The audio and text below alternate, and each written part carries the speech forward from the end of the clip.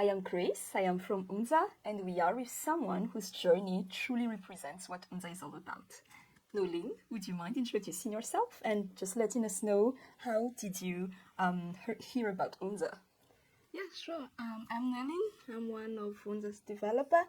So I've been here for about 5 years now or more. And how I heard about Onja was Onja sent an invitation letter to us, to our school. And it's an invitation for the first recruitment, which is the Cisco selection. So yeah, that's how What was your first impression back then? I was surprised first because I've never heard about Onja. No one has ever told me what Onja was like. And also, since Onja didn't exist yet before that, like no student has ever been there, I had no idea what it was like. So our school director just encouraged us to just join the recruitment, and yeah, I did it there. What really convinced you to join them? I was convinced because of the school director first, because he always says like there are those school that pays you like school fees, and yeah, that first made me like, yeah, I will do this because maybe I'm the lucky one, and also my parents allowed me to do it, so they just do it if you feel like it's the right thing for you. Okay, and from there, what was the next step? So we had the Cisco exam, and then after that we waited for like several months before we got the result, because the team were still really small and they had to like correct what we've done, and then we got the next step, which was the camp. It was I didn't expect to be selected for the camp, like the next step, because there were so many students, and also it was said in the paper that like over 2,000 people were there. So I really didn't have any hope for the next step. Yeah, can you tell us more about the camp? How was it? I would say it's one of the best life adventure I had, because I got to meet new people. I learned lots of things that I haven't heard, like leadership, because that was the main points of the camp, like leadership. And also we played games, and we had like groups. Let's say we have game, and then we have points, and we use that points to get some food. It was one of like, I've never had that experience before, and it made me like, yeah, I really wanted it to be back again. Okay. Yeah. And at that point, did you expect to get into Onja, like after the camp? I still had the same expression as I had with the first selection, because people seems to be like all intelligent there, and I didn't have the expectation to be selected. It was really hard to believe for me, like, yeah, I would be selected for this or not. Yeah. Okay. Can you bring us back to when you received the news? How did you hear about it, and like what did you feel? How I heard was they called my parents, and my parents told me the news, and I didn't believe. I was so over the moon when I heard it from my parents, and I even like, I still don't believe it. It's like when you pass an exam, then you have to double check it again. Like, is it really true that I was selected? So my parents like called the responsible at once again, and I talked to them and talked with them if it's really true. And I was really happy to receive the news back then. Wow, that sounds amazing. Yeah. Now let's talk a little about the first year of study, right? What is one thing that you remember fondly? First year of study was not easy first, because it's the first time I was being like away from my parents like that long time, and also I haven't been like that like far from like everyone I know, and plus I didn't know that much people there yet, except from the first camp that we had. And I love the teaching method that Onja had because they use like lots of method like game and like singing and all of those methods like it helped me a lot because you don't really find them in school. When you learn, you don't play that much game like in terms of learning. Then you play game to learn vocabulary, and you don't sing like to learn something. But at Onja we had the chance like to sing and learn new words through lyrics and all of those. Yeah. Wow. Okay. Can you share one funny story that happened during that first year? Yes.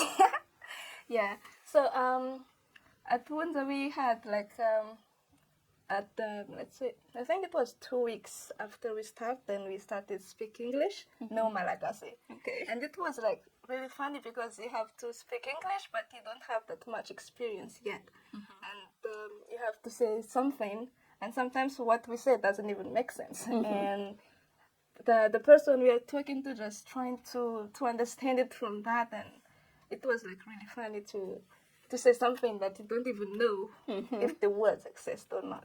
Oh, okay. So what did you do when they wouldn't understand?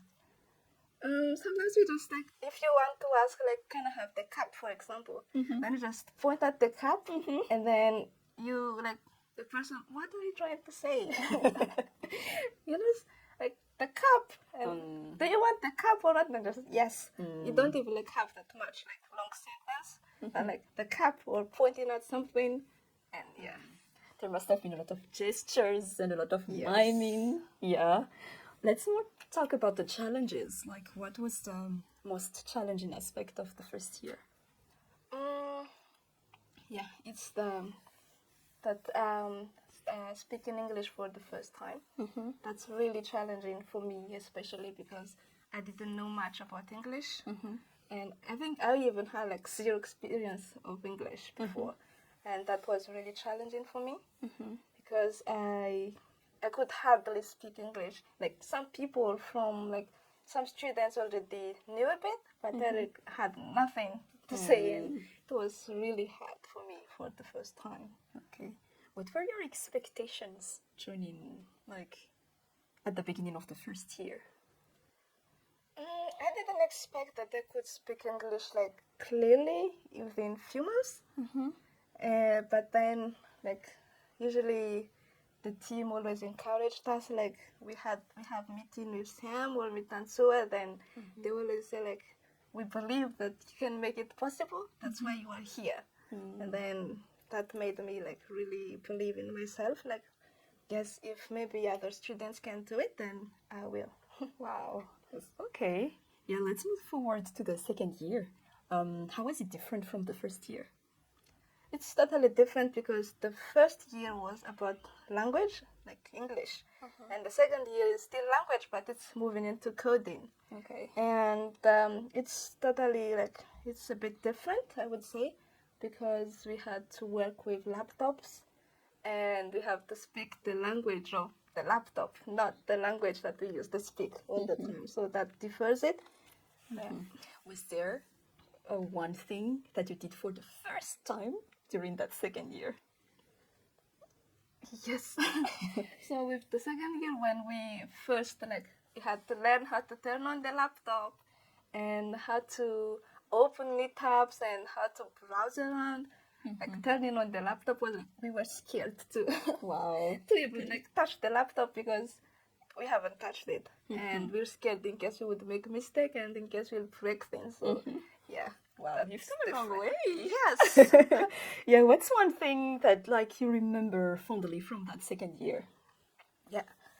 For the second year, we also had the learning methods that we had with the, like, because we had new team member coming, like, new teachers. Yes. And they had, like, different learning method because we had two teachers.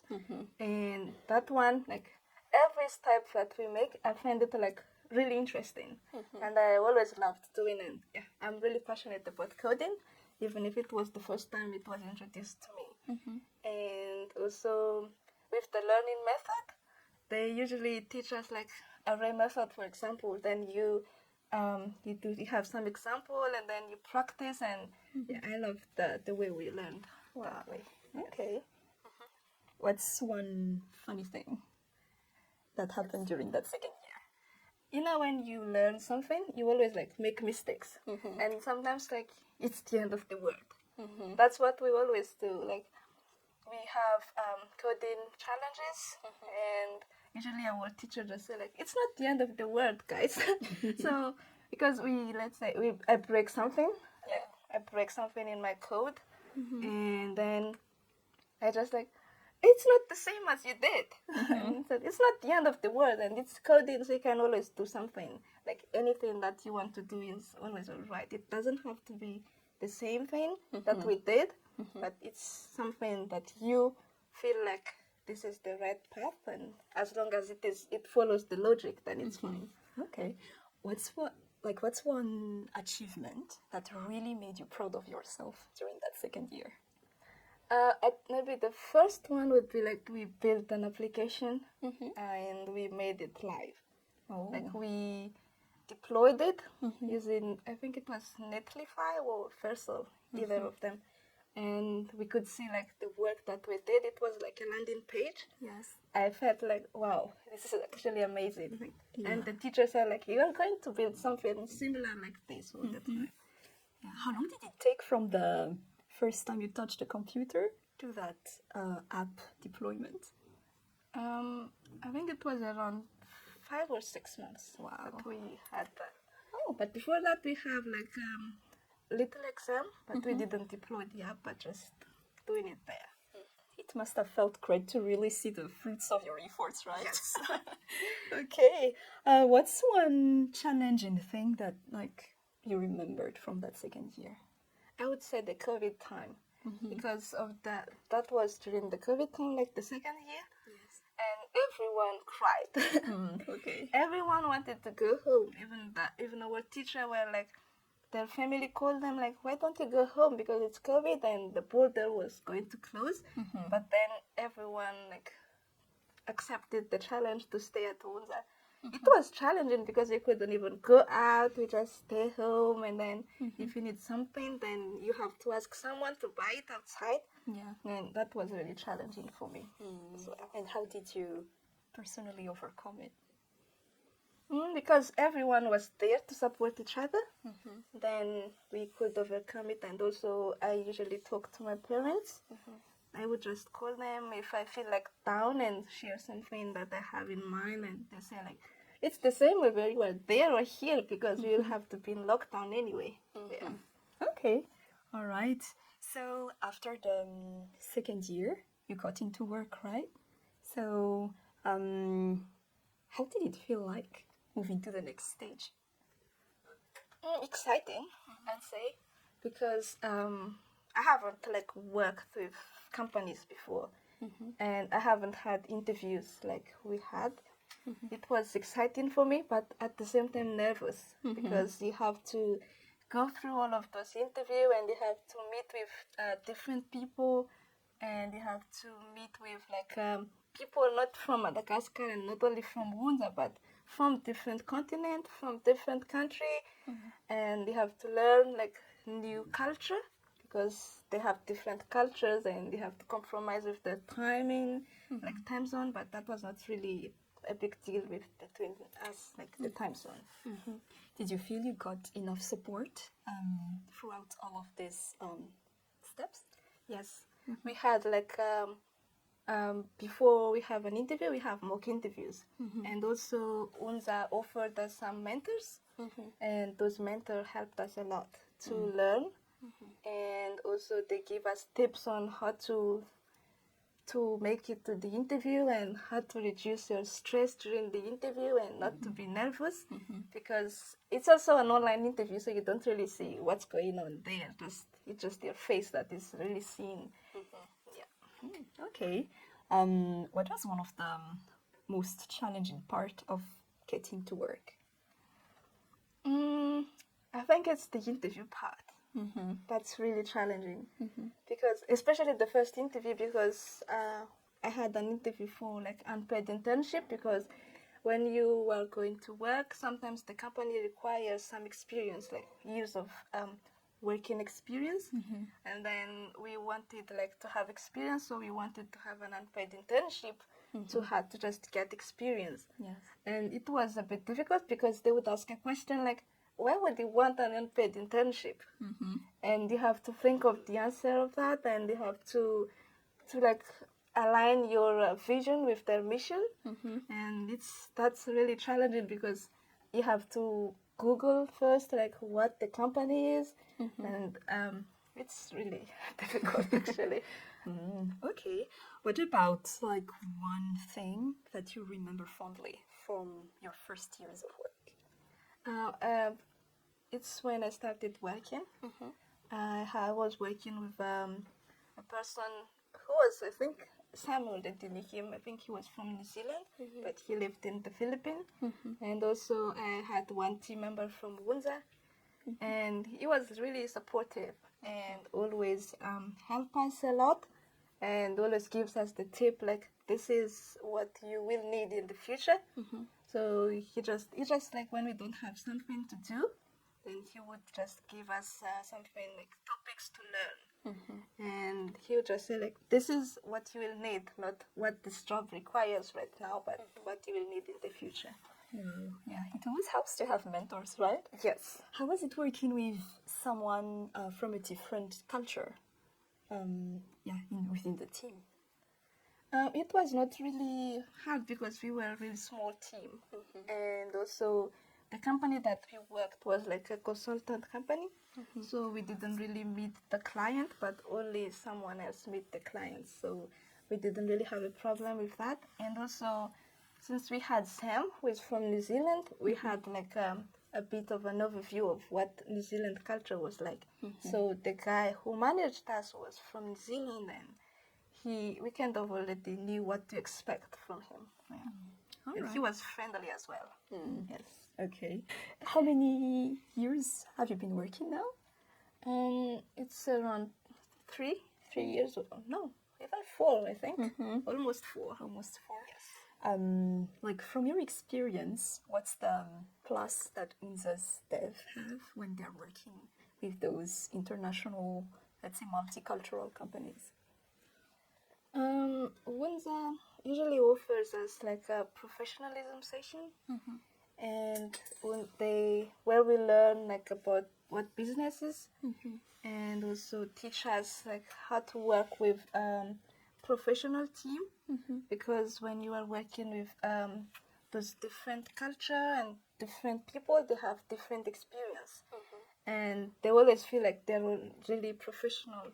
So Unza gives us those opportunity to learn, and also give us mentor, like assign us some mentor, and those mentors help us like, this is how it works in the real world, like this is how to communicate with people.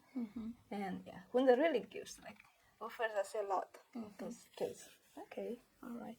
Looking back to the girl you were, where you first heard about Unza, what would you tell her? And there's nothing to be scared, because back then I was really scared. Like, back then there are those people like sending someone abroad, like young girls, and I was scared of those at first. But then actually it's nothing to be scared of. So I would just tell myself like, there is nothing to be scared of, because and now Unza is well known, and we can like, everything is possible like through search engine. Like you just go online and search for Unza and have some connection, and yeah, it's nothing to be scared of. Okay. Now Unza is scaling up, and we are planning to have future waves. Do you think the future waves will be different from, let's say, your wave? And how do you think it might be different? It's going to be totally different. Why? Because they have us to look up to, the wave 1, and also the teaching method will be different because it will be more of digitalized, not really like us that we have teachers there and having lecture. So it's going to be really different because because of those method, and they have people that who has experience already, and they can even like chat to us like what Onja is like and how we managed to get to this level. If you were given the choice, would you prefer to be part of the first wave or the second wave? I wouldn't change the way it is. Like I would still be with wave one because it's always good to have like the first experience. And as a firstborn, I can relate like the first one is always getting all of the love and support. But I don't really know if the second wave will have the same experience as we had because we had those teachers who were really close to us, like parents to us, and they always look up to us like as if we were their children. And yeah, it's I would still be wave one. Okay. What are your hopes for Onja in the future? My hopes for Onja would be Onja is in spread it in different parts of Africa, as we are planning to right now. And also Onja is growing bigger and bigger, so Onja is going to be like a big company in the future, and more students will be fostered. So Onja will reach its goal, which has helped so many people, like which did to us, and also Onja will feel proud of us. I think. Like the wave one will reach its goal, like we'll finish the contract and we'll move into like what it's like to experience something different. All right. Okay. Thank you so much, Noeline. Thank you, Grace.